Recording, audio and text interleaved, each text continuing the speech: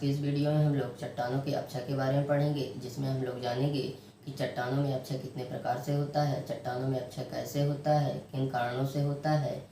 ये सारी चीज़ें दोस्तों आज के इस वीडियो में हम कवर करने वाले हैं।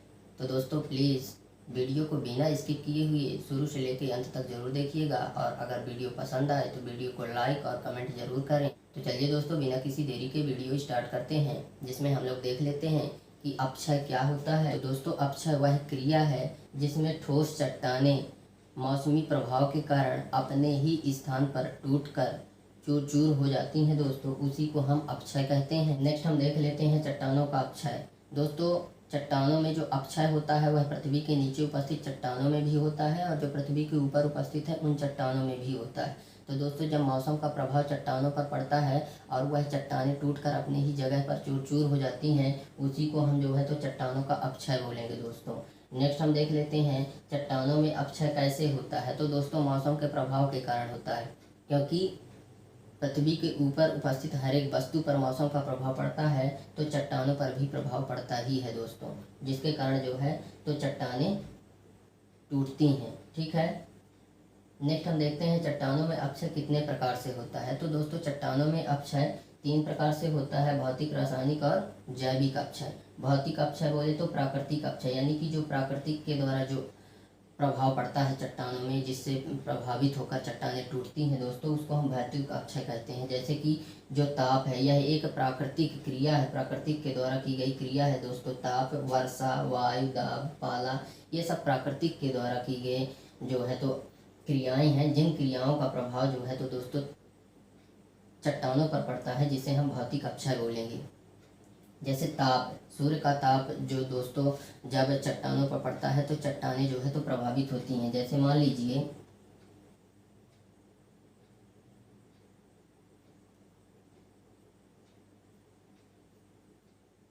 लीजिए दोस्तों ये सूर्य है, ये सूर्य की जब किरणें जो है तो धरातल पर आती हैं दोस्तों, तो यहाँ पर जो ये उपस्थित चट्टान होती है ना दोस्तों, इसको जो है तो क्या करती है, प्रभावित करती है। ये दिन में जब इसका ताप पड़ता है तो ये क्या होती हैं जो है तो दोस्तों फैल जाती हैं, ये फैल जाती हैं ऐसे, ये ऐसे फैलती हैं। और जब रात का टाइम होता है ना दोस्तों, रात के टाइम में जब मौसम ठंडा हो जाता है तो उस टाइम पे क्या होती है, ये चट्टानें इस तरह से जो है तो सिकुड़ती हैं, इस तरह से सिकुड़ जाती हैं। रात के समय में जब मौसम ठंडा होता है तो ये चट्टानें सिकुड़ जाती हैं दोस्तों। तो सिकुड़ने के कारण क्या होता है दोस्तों, चट्टानों में जब सिकुड़न और फैलन ये 2 जब क्रियाएं होती हैं दोस्तों, तो इन्हीं क्रियाओं के कारण वह जो है तो चट्टानें टूट जाती हैं। ठीक है, जिसे हम भौतिक अपक्षय बोल सकते हैं दोस्तों। ठीक है, और इस तरह की जो क्रियाएं होती हैं दोस्तों, इस क्रिया को आप शुष्क उष्ण मरुस्थलीय स्थलीय प्रदेशों में इस प्रकार की क्रियाएं होती रहती हैं दोस्तों, जिसमें चट्टानें फैलती हैं फिर सिकुड़ती हैं, जिसके कारण चट्टानें टूटती हैं दोस्तों। और वह फैलती और सिकुड़ती किस कारण है दोस्तों, प्राकृतिक प्रभाव के कारण, जब ताप का प्रभाव पड़ता है दोस्तों। नेक्स्ट हम देख लेते हैं दोस्तों वर्षा। वर्षा के कारण भी जो है तो चट्टानें काफ़ी प्रभावित होती हैं दोस्तों।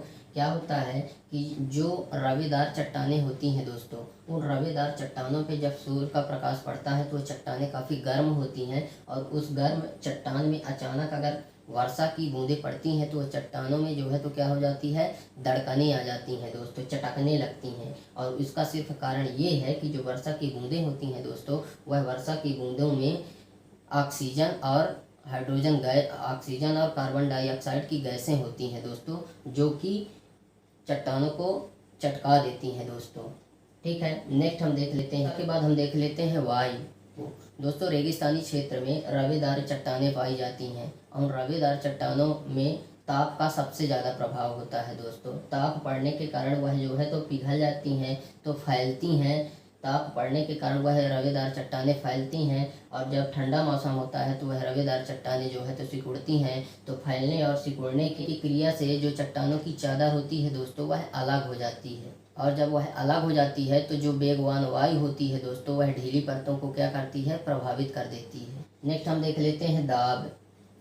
दोस्तों यह भी एक भौतिक क्रिया है, जिसके द्वारा जो है तो चट्टानें प्रभावित होती हैं। दाब के कारण क्या होता है कि कायांतरित और आग्नेय चट्टान, जब यह पृथ्वी के ऊपर की कायांतरित और आग्नेय चट्टान पृथ्वी की अंदर की अन्य चट्टानों को जब प्रभावित करती हैं, दबाव डालती हैं उसमें, तो उनमें कणों की संरचना होने लगती है। ठीक है, और कणों की जब संरचना होने लगती है तो जो ऊपर कायांतरित और आग्नेय चट्टान है उन चट्टानों का अपरदन होने लगता है। और जब ऊपर की चट्टानों का अपरदन हो जाता है दोस्तों तो नीचे की चट्टानें दिखने लगती हैं। ठीक है, नेक्स्ट है दोस्तों पाला। यह भी जो है तो चट्टानों को काफ़ी तरह से जो है तो प्रभावित करता है दोस्तों। क्या होता है कि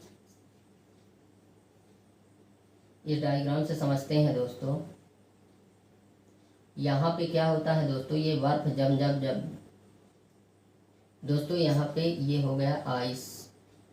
दोस्तों क्या है कि जब यहाँ पे जो है तो बर्फ जम जाता है, क्योंकि चट्टानों में क्या होती हैं दोस्तों, चित्र व दराज होते हैं। उन चित्र व दराजों में जब इस तरह के से बर्फ जम जाती है और बर्फ जब ठंडा मौसम होता है तो बर्फ जमती है, और जब उस पर तापमान पड़ता है तो दोस्तों वह बर्फ क्या होती है, पिघलती है, जिससे जो है तो चट्टानें प्रभावित होती हैं दोस्तों। ठीक है, तो पाला के कारण इस तरह से प्रभावित होती हैं दोस्तों। और वर्षा को हम देख लेते हैं दोस्तों। वर्षा को भी हम इस तरह के डायग्राम से समझ सकते हैं दोस्तों। यहाँ पे जो है तो ये वर्षा जल भरा हुआ है दोस्तों। इस तरह से जो है तो वर्षा का जल जब भर जाता है दोस्तों तो चट्टानें प्रभावित होती हैं। ठीक है, यह वर्षा का जल यहाँ पे भरा हुआ है। जो यह चित्र व दराज होते हैं दोस्तों, इन चित्र व दराजों में जब वर्षा का जल भर जाता है तो ये चट्टानें प्रभावित होती हैं दोस्तों। चट्टानों में दबाव पड़ता है जिससे चट्टानें टूट जाती हैं दोस्तों। ठीक है, नेक्स्ट हम देख लेते हैं हम रासायनिक अक्षय। रासायनिक अक्षय क्या होता है दोस्तों, मतलब रासायनिक क्रियाओं के कारण जब चट्टानें टूटे दोस्तों उसको हम रासायनिक अक्षय कहते हैं। और भौतिक अक्षय हमने बताया था दोस्तों कि भौतिक क्रियाओं के कारण जो है तो चट्टानें जब प्रभावित होती हैं उसको हम भौतिक अक्षय कहते हैं। ये क्रियाएं, ताप हुआ, वर्षा हुआ, वायु हुई, दाब हुआ, पाला हुआ, ये भौतिक क्रियाएं हैं दोस्तों। इन क्रियाओं के कारण जो है तो जब चट्टानें टूटे तो उसको भौतिक अक्षय। और रासायनिक अक्षय दोस्तों, रासायनिक क्रियाओं के कारण जब चट्टानें टूटे दोस्तों, ऑक्सीकरण के कारण, जलयोजन के कारण, कार्बोनीकरण के कारण और सिलिका के अलग अलग होने के कारण जब चट्टानें टूटे दोस्तों उसको रासायनिक अक्षय कहते हैं। ऑक्सीकरण के कारण कैसे होता है दोस्तों, मतलब ऑक्सीजन का प्रभाव जब पड़े दोस्तों चट्टानों पे। ठीक है, ऑक्सीजन का प्रभाव सबसे ज़्यादा लोहे की चट्टानों पर पड़ता है दोस्तों, क्योंकि ऑक्सीजन जो है तो लोहे की चट्टानों को नष्ट कर देता है दोस्तों। तो ऑक्सीजन का जो प्रभाव चट्टानों पर पड़ता है उसे हम ऑक्सीकरण कहते हैं। लोहे की चट्टानों पर दोस्तों ऑक्सीजन का प्रभाव पड़ने से वह चट्टानें टूट जाती हैं, उसे ही हम रासायनिक अक्षय बोलते हैं दोस्तों। नेक्स्ट हम देख लेते हैं कार्बोनीकरण। दोस्तों जल में घुला हुआ कार्बन जब लोहे की चट्टानों को प्रभावित करता है जिससे वे चट्टानें टूट जाती हैं, उसे हम कार्बोनीकरण यानी कि रासायनिक अक्षय बोलेंगे दोस्तों। नेक्स्ट है जल योजन। जल और हाइड्रोजन गैस जब मिल करके लोहे की चट्टान को नष्ट कर देती है दोस्तों, उसको जल योजन या रासायनिक अक्षय बोलेंगे दोस्तों। नेक्स्ट है सिलिका का अलगाव। जब हाइड्रोजन जब जो है तो सिलिका अलग होता है तो चट्टानें जो है तो टूट जाती हैं दोस्तों। नेक्स्ट हम देख लेते हैं जैविक अक्षय। जैविक अक्षय क्या होता है दोस्तों, जीवों के द्वारा जैविक क्रियाओं से का प्रभाव जब चट्टानों पर पड़ता है दोस्तों और चट्टानें टूटती हैं उसको हम जैविक अक्षय बोलते हैं। जैसे जैविक अक्षय में जीव जंतु हो गए दोस्तों, यह जीव जंतुओं के द्वारा जो क्रियाएं की जाएंगी दोस्तों चट्टानों को नष्ट करने में, जैसे कि चूहा हो गया, दीमक हो गया, चींटी हो गई, ये जो है तो चट्टानों को जो है तो खोखला कर देती हैं जिससे चट्टानें टूट जाती हैं, नष्ट हो जाती हैं, कमज़ोर हो जाती हैं दोस्तों। ठीक है, और वनस्पति यानी कि पेड़ पौधों की जो जड़ें होती हैं ना दोस्तों वह भी चट्टानों को जो है तो तोड़ देती हैं। और मनुष्य जो है तो खनिजों की प्राप्ति हेतु जो विस्फोट करता है उससे जो है तो चट्टानें दड़क जाती हैं, चट्टानें प्रभावित होती हैं दोस्तों। इस तरह से हमने जो है तो इन तीनों ही चट्टानों के अक्षय को, चट्टानों में जो अक्षय के प्रकार हैं दोस्तों, इन तीनों ही प्रकार को हम लोगों ने जो है तो कवर कर लिया है। तो इस प्रकार से दोस्तों आज का हमारा टॉपिक यहीं पे समाप्त होता है। आप लोग को हमारी वीडियो कैसी लगी, वीडियो अगर पसंद आई हो तो वीडियो को लाइक और शेयर ज़रूर करें। एंड अगर अभी तक आप लोगों ने हमारे चैनल को सब्सक्राइब नहीं किया है तो प्लीज़ सब्सक्राइब कर दें एंड बेल आइकन भी प्रेस कर दें ताकि हमारी नई नई वीडियो की नोटिफिकेशन आप तक सबसे पहले मिले। तो दोस्तों आज के लिए बस इतना ही, मिलते हैं आप सभी से नेक्स्ट क्लास में, तब तक के लिए जय हिंद।